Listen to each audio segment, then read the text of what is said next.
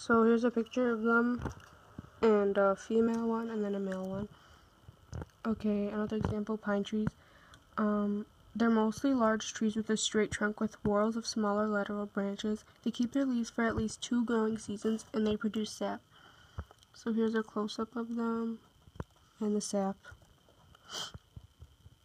Angiosperm, they are often grouped according to the number of their seed leaves, the strength and composition of their stems, and the number of growing seasons they live. Those with 1 seed leaf were called monocots. Those with 2 seed leaves were called dicots. So the monocots have 1 cotyledon and seed, and the dicots have 2. The monocots have root, xylem, and phloem in a ring. The dicots have root, phloem between arms of xylem. Monocots, vascular bundle scattered in stem. Dicots, vascular bundle in a distinct ring. Monocots, leaf veins form a parallel pattern.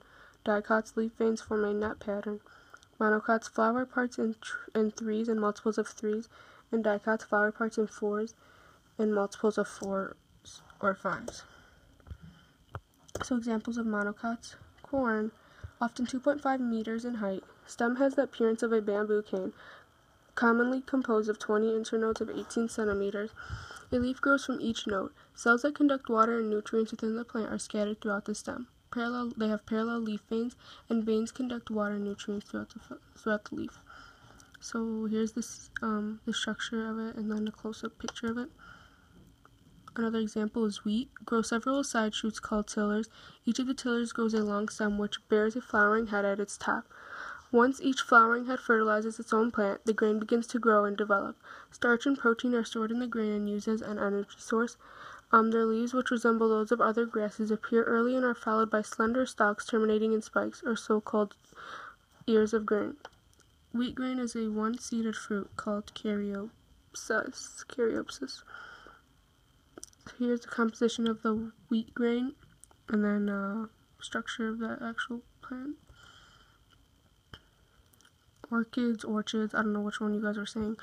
Okay, they have an outer whorl of 3 sepals, inner whorl of 3 petals, a single large column in the center. Sepals are the protective cover of the flower bud.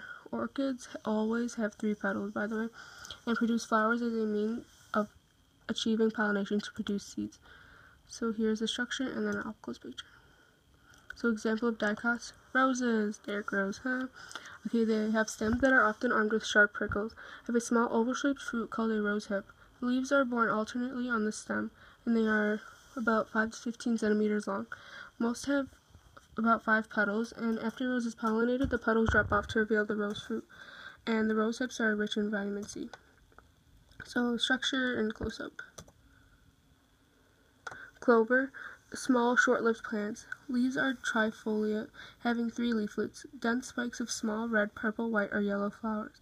The clover plant does not use all of the nutrients, and much is left to enrich soil. So here's a picture of the clover. And oaks. Oaks have spirally arranged leaves. Serrated leaves are entire leaves with smooth margins. At around 10 to 30 years of age, they begin producing acorns. The acorn is actually the nut of the oak. And that's it.